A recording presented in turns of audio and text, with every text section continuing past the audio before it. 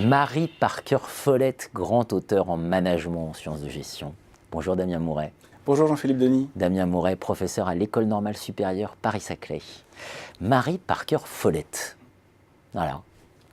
Pourquoi grand auteur Marie Parker Follett? Oui, pourquoi grand auteur? C'est vrai que de très beaux hommages ont été rendus sur Marie Parker Follett par des chercheurs en management, notamment je pense à Carl Weick dans son ouvrage Sense Making, qui fait un hommage appuyé à la réflexion de Follett dans sa propre théorisation du sense making. Et peut-être le plus bel hommage, ça a été Henri Mintzberg, qui, non sans malice, a expliqué, imaginez ce que aurait été le XXe siècle si on avait porté davantage d'attention à Follett plutôt qu'à Fayol. Et effectivement, il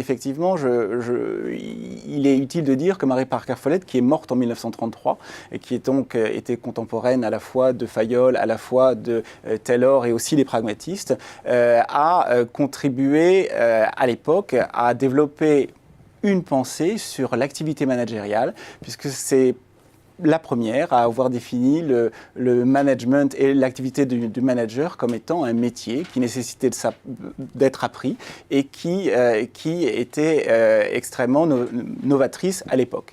Alors, Marie Parker Follett est connue pour son engagement dans le secteur associatif. Elle a participé à énormément de comités, de boards, et en fait, elle a théorisé son expérience. Et on peut dire que l'intérêt de Marie Parker Follett pour les sciences de gestion, c'est que c'est précisément la première auteur en gestion à avoir une inspiration pragmatiste pour penser les situations managériales. C'est-à-dire que dès l'époque, Marie Parker Follett a déjà vu les travers de l'Organisation scientifique du travail et remet en cause déjà un certain nombre de tenues pour acquis sur ce qu'est l'organisation d'un point de vue fayolien, par exemple. Si on devait prendre quelques concepts majeurs. Alors, il y a énormément de concepts et toute la pensée de Marie Parker Follett est quand même, à mon sens, infusée par cette vision pragmatiste. Alors, pour moi, le conflit constructif est certainement un des premiers concepts clés.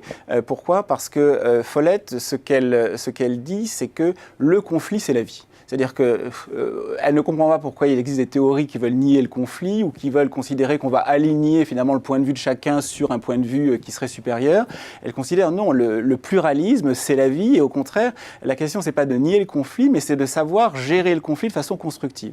Et elle dit, dans la vie organisationnelle, il y a trois façons de gérer le conflit. Il y a la domination et la coercition, mais enfin, on ne crée rien, puisque par définition, on est dans une situation de pouvoir sur quelqu'un. Il y a le compromis, mais elle observe que faire des compromis, c'est quand même pas une panacée. Pourquoi? Parce que faire des compromis, c'est quand même une soustraction, puisque quand je fais un compromis, je renonce à quelque chose qui était important pour moi.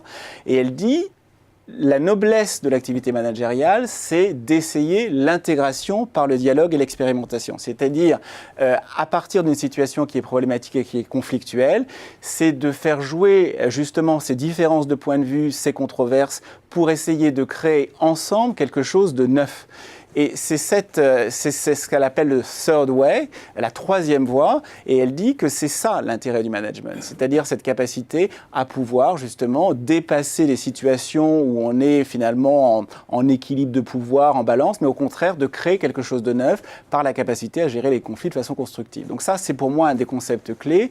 Et peut-être un deuxième concept clé, c'est ce qu'elle appelle la réponse circulaire, c'est-à-dire qu'elle est dans une ontologie complètement relationnelle et elle considère finalement que on est toujours mutuellement et réciproquement influencés l'un par l'autre et que dès le premier moment où il y a une rencontre qui s'opère entre deux personnes, eh bien c'est pas une personne qui influence l'autre, mais on est tous les deux changés par le fait même qu'on va se rencontrer et s'influencer de façon mutuelle et réciproque.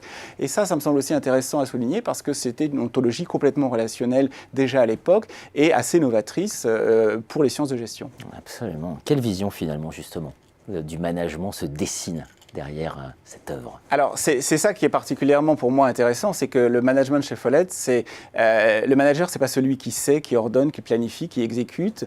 C'est au contraire celui qui reconnaît sa part d'ignorance dans les situations managériales qu'il est en train d'affronter. C'est-à-dire que pour Follett, on est toujours ignorant parce qu'une situation, elle a toujours une partie inédite. Donc, comment transformer les situations? Eh bien, le rôle du manager pour Follett, c'est celui qui va créer les conditions pour qu'en situation, on puisse justement intégrer par le dialogue et l'expérimentation les expériences de chacun de manière à produire des connaissances en situation, expérimenter des nouvelles pratiques pour pouvoir transformer les situations. Et elle utilise une formule que je trouve assez belle. Elle dit « un manager, c'est un créateur de possibles ». Et effectivement, toute la singularité et toute la noblesse du métier de manager chez Follett se retrouve probablement dans cette formule où effectivement manager pour ensemble créer de nouveaux possibles.